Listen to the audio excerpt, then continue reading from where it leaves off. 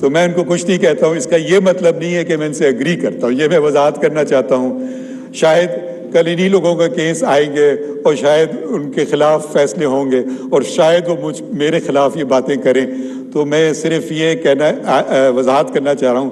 میں آیا تھا, آئین کی گولڈن جوبلی تھی آج, یہ جشن ہے. یہ ہمارا ملک 25 سال تک قائد اعظم محمد علی جناح, اور مجھے فخر ہے کہ میرے والد central working committee of the all India Muslim league, جس کے 19 صرف رکن تھے, اس میں بلوچستان سے وہ واحد رکن تھے. وہ بلوچستان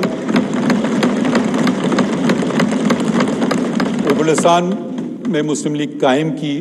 بلوچستان نہ صرف بلوچستان مگر اس وقت کا جو صوبہ سرحد ہوتا تھا, جو اب خیبر پختونخوا, تو وہاں بھی وہ گئے اور انہوں نے وہ سیاسی شخصیت تھی اور انہوں نے یہ ممکن بنایا کہ یہ 2 صوبے جو اب پاکستان کے ہیں, اور اب اگر ان کا رقبہ جوڑیں تو پاکستان کے خیال میں بہت بڑا ہو جائے گا, کہ یہ پاکستان کا حصہ بنے.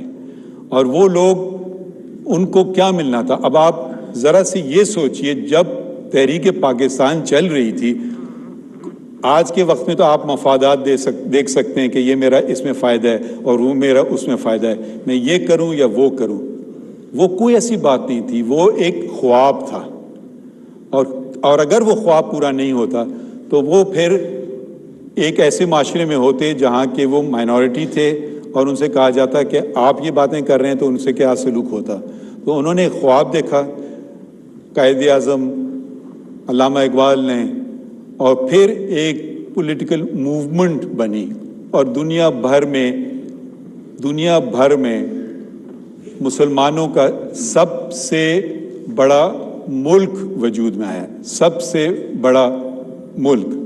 اب مجھے شرم سے کہنا پڑتا ہے, یہ شرف پاکستان کے پاس نہیں رہا, اب یہ شرف انڈونیشیا کے پاس ہے. اس وقت یہ ہمارا دنیا میں سب سے بڑا ملک تھا. ہم کس لیے یہ ہم نے کیا؟ اگر آپ کو بہتر ایڈمنسٹریشن چاہیے تھی تو شاید انگریز بہتر ایڈمنسٹریشن دے سکتے تھے, مگر ہم اپنی غلطیوں سے, اپنی ناکامیوں سے سیکھ کر کے ہم آگے بڑھنا چاہتے تھے کہ جو کچھ ہے ہمارا ہے. تو یہ کانسٹیٹیوئنٹ اسمبلی آئی وجود میں, اس کے صدر کہلاتے تھے, اسپیکر نہیں کہلاتے تھے, ان کا نام تھا مولوی تمیز الدین. ان کو برطرف کیا گیا, انہوں نے چیلنج کیا اور ان کی جگہ ایک بیوروکریٹ جو میرے خیال میں ریلوے میں ملازم ہوتا تھا ایک وقت میں, غلام محمد, وہ گورنر جنرل تھا, انہوں نے ان کو برطرف کیا اور انہوں نے کیبنٹ آف منسٹرز بنائی. مولوی تمیز الدین, میرے والد اس کیس میں بھی منسلک تھے, انہوں نے چیلنج کیا چیف کورٹ آف سندھ. اس زمانے میں سندھ ہائی کورٹ نہیں تھا, چیف کورٹ تھا. انہوں نے چیلنج کیا. اس وقت کے جو جج تھے وہ تھے ایک کرسچن, جسٹس کانسٹنٹائن. انہوں نے اور ان کے 3 ساتھیوں نے, جسٹس ویلانی, جسٹس بچل اور جسٹس محمد بخش نے بحال کیا اور یہ کہا کہ یہ اقدام غلط ہے, اور وہ جو منسٹرز تھے انہوں نے ان کے خلاف ایک ریٹ آف مینڈمس جاری کی, دوسری ریٹ آف کو وارنٹڈ کی کہ آپ کے پاس کوئی اختیار نہیں ہے منسٹر ہونے کا. انفارچونیٹلی یہ چیلنج ہو گیا اس وقت کے فیڈرل کورٹ میں اور پھر نتیجہ الٹ کیا.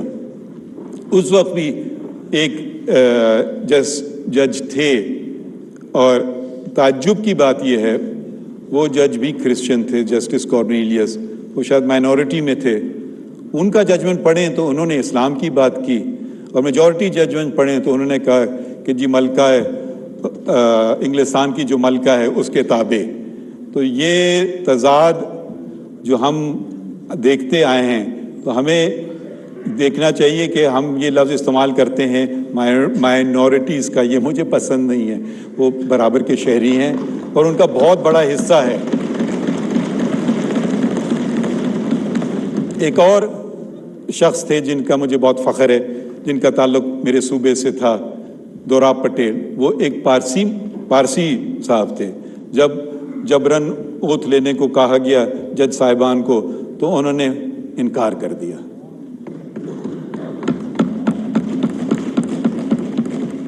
تو صرف میں یہ آپ کو کہنا چاہتا تھا، میں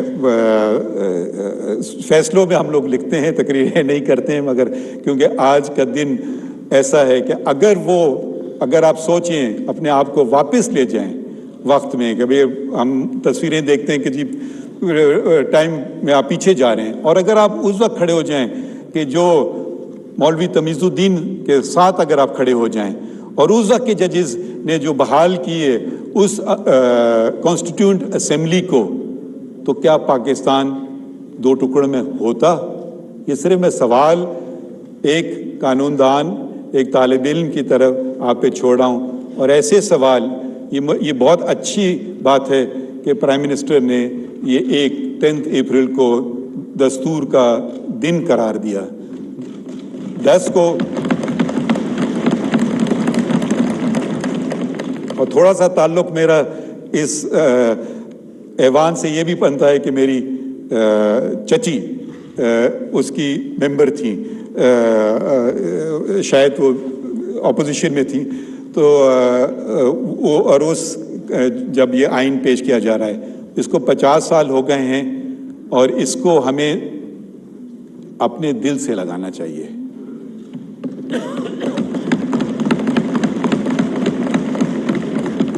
اس لیے نہیں کہ اس میں میری تنخواہ گارنٹیڈ ہے، مگر اس لیے کیونکہ اس میں لوگوں کے بنیادی حقوق کا تذکرہ ہے. سب سے اہم بات اس آئین میں جو ہے وہ لوگوں کے بنیادی حقوق. یہ بھی ایک ریزولوشن پیش ہوا جو میرے خیال میں بہت اچھا ہے کہ وہ آئین کو ہم اپنے اسکول میں پڑھاتے نہیں ہیں. میری اہلیہ وہ ٹیچر تھیں اور ایک امریکن اسکول میں، تو وہ امریکن سلیبس پڑھاتے تھے، اور وہ چھوٹے چھوٹے بچوں کو امریکن کانسٹیٹیوشن کے متعلق، اور موک الیکشنز ہو رہے ہیں کلاس میں، ان کا انتخابی نشان وہ ایک کا گھوڑا، ایک کا ہاتھی، دوسرے کا گدھا، ریپبلکنز اور ڈیموکریٹس. تو اس عمر سے وہ اچھا یہ آئین ہوتا ہے، یہ ووٹ ہوتا ہے، اس کا مطلب کیا ہوتا ہے. اور جب لوگ یہ بات سمجھ جائیں گے تو وہ سمجھیں گے کہ ہمارے ہاتھ میں اس ریاست کی لگام ہے. اور جب یہ لوگ سمجھ لیں گے تو پھر کوئی آدمی اپنی اچھائی سوچتا ہے، اپنی برائی نہیں سوچتا ہے. اس آئین میں بہت خوبصورت چیزیں ہیں. فنڈامنٹل رائٹس میں ایسی فنڈامنٹل رائٹس ہیں جو بہت سارے دنیا کے دوسرے ملکوں میں نہیں ہیں. مثلاً right of information, article 19A. Freedom of press تو 19 ہے.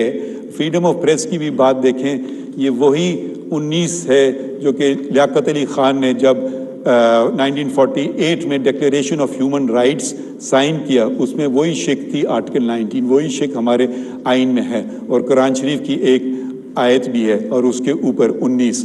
میں اس پہ ادھر نہیں جاؤں گا، بس میں آپ لوگوں کا شکریہ ادا کرنا چاہتا ہوں، اور میں اپنے ادارے کی طرف سے یہ کہنا چاہتا ہوں کہ ہم بھی آئین کے محافظ ہیں. آپ سب نے اور میں نے بھی یہ حلف لیا ہے کہ I shall protect, defend the constitution of Pakistan. اور اگر میں یہ نہ کر پاؤں تو آپ بالکل مجھ پہ ہر قسم کی کرٹیسزم کر سکتے ہیں. جہاں تک میں آپ یہ وضاحت دوبارہ کرنا چاہتا ہوں کہ جو سیاسی باتیں ادھر کی گئی میرا ان سے کوئی تعلق نہیں، اور شاید یہ جو برا نہ مانے ہم بیٹھے ہوئے ہیں، ہو سکتا ہے یہ کہیں، یا ہو سکتا ہے آپ کل کہیں کہ آپ کو بلائے بھی پھر بھی ہمارے خلاف آپ نے فیصلہ کیا.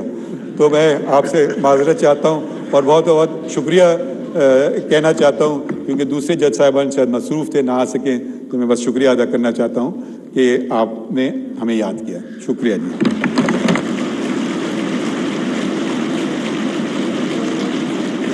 بہت شکریہ جناب جسٹس قاضی فائز عیسی صاحب. میں یہاں پر